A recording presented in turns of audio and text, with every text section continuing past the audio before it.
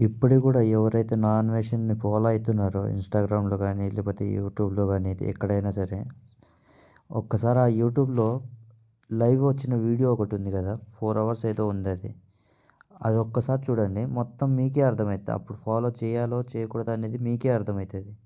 ఎందుకన్నానంటే దాంట్లో ఎలా ఉందంటే ఎట్లా ఆయన బిహేవ్ చేస్తున్నాడంటే మొత్తం ఆయన చిల్లరగా నేనే తెలివైనోడిని నాకే తెలుసు మీరంతా మూర్ఖులు అన్నట్టుగా నాకేంటి నేనేమైనా చూడమంటున్నానా నాకు మీ వీడియోసు ఆ టైప్‌లో మాట్లాడుతున్నాడు. నా అవసరం లేదు. మీరే నా వల్ల ఇంకా ఎడ్యుకేటెడ్ అయితున్నారు అన్నట్టుగా మాట్లాడుతున్నాడు ఆయన. ఆయన ఒక నీచంగా చూస్తున్నాడు. అవసరమైతే డబ్బుకి మాత్రమే ఆయన వాల్యూ ఇచ్చే టైప్. ఆయనకి టాపిక్ అనవసరం. ఏ టాపిక్ అనేది ఏది ఏమనేది ఆయనకు అనవసరం.